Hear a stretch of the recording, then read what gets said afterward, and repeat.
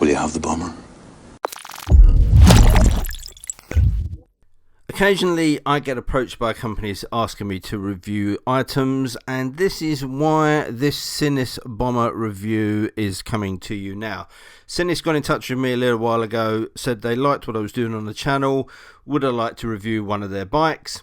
Now, this isn't one of the bikes I'd normally consider reviewing, but I took a look at the range, saw the bomber, and I thought that could be fun. They arranged the delivery of a press bike, and here's what I thought. Sinnis motorcycles have been around since 2006 and are one of the better known brands within this, what is now quite a crowded 125cc marketplace.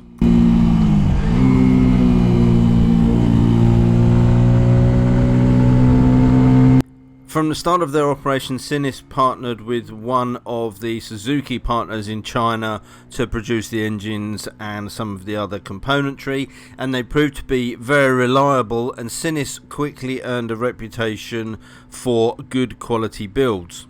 The Brighton-based company now have 135 dealers, and this year will be launching a larger capacity bike, the Tyres T380. Well, that's enough of the corporate pitch. What about the bike itself? Well, the Bomber is part of a 6-bike range, which are all largely based off of the same power plant, but have different states of tune and a slightly different setup.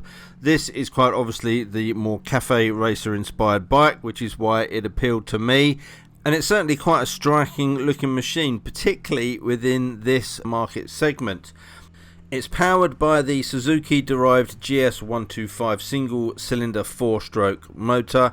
It's air-cooled, and the 125cc displacement produces 11.5 brake horsepower. That motor is mated to what has proved to be a pretty slick 5-speed gearbox. And of course, as you would expect for any bike now, it is fuel-injected and uses a Delphi engine management system. Before I get into the riding experience, just a couple of other specifications to go through. Stopping power comes from a single hydraulic disc on the front and the same for the rear. And the lovely spoked wheels, which are indeed tubeless, are shod with a 110/70/17 tyre on the front and a 130/70/17 on the rear. These are Tim Sum tyres, and I'll come back to that a little bit later on. Front suspension duties are taken care of by a upside down telescopic fork, but there are no adjustments available to that. At the rear you've got twin gas charged piggyback shocks, which do have a preload adjuster. The other important parts that I guess you're going to want to know is the weight. The bike weighs 125 kilograms.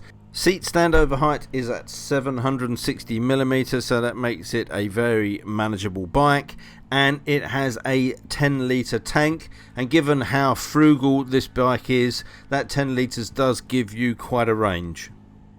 On to the nitty-gritty, and what's it like to ride? Well, obviously I had my reservations with only 11.5 horsepower at the beck and call of my right hand.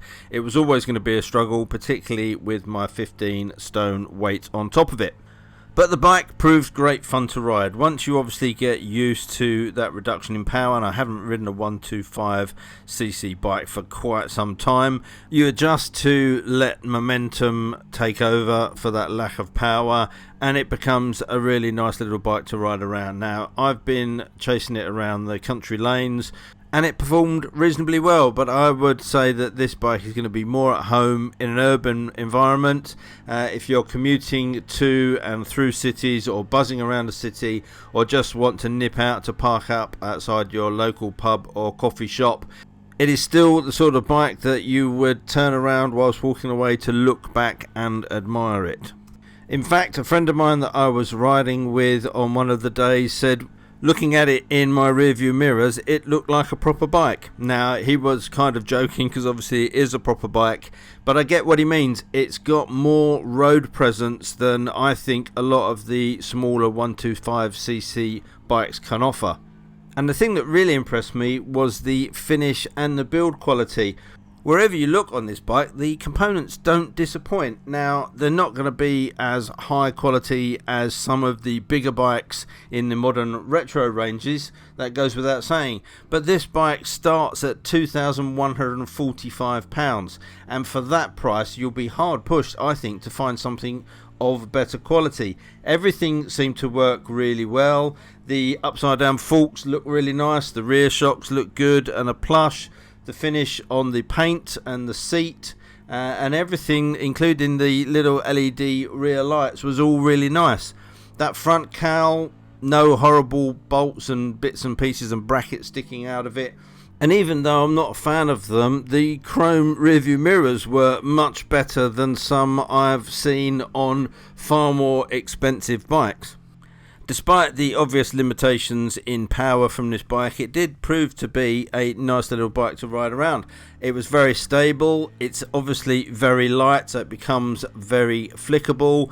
The controls are nice, the fueling is really good. I didn't find that to be snatchy at all, which can be a problem with some of these fuel injected motors.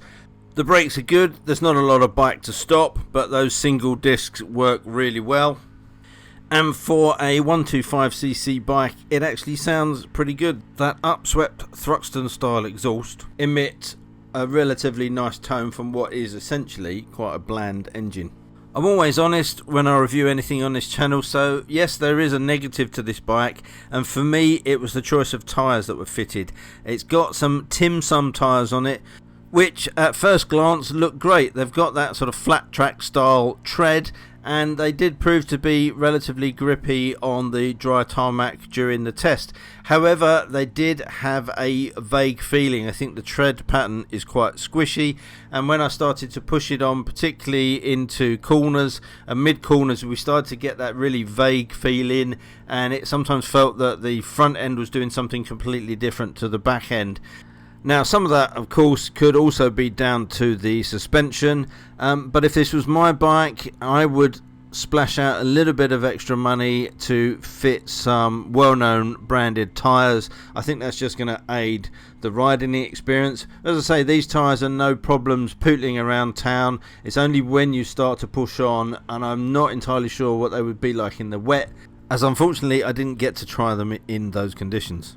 So if I had to give my opinion of this bike in a quick summary, what would it be? Well, it's fun, it looks great, it's easy to ride, it's cheap, it's well made, and it should be reliable.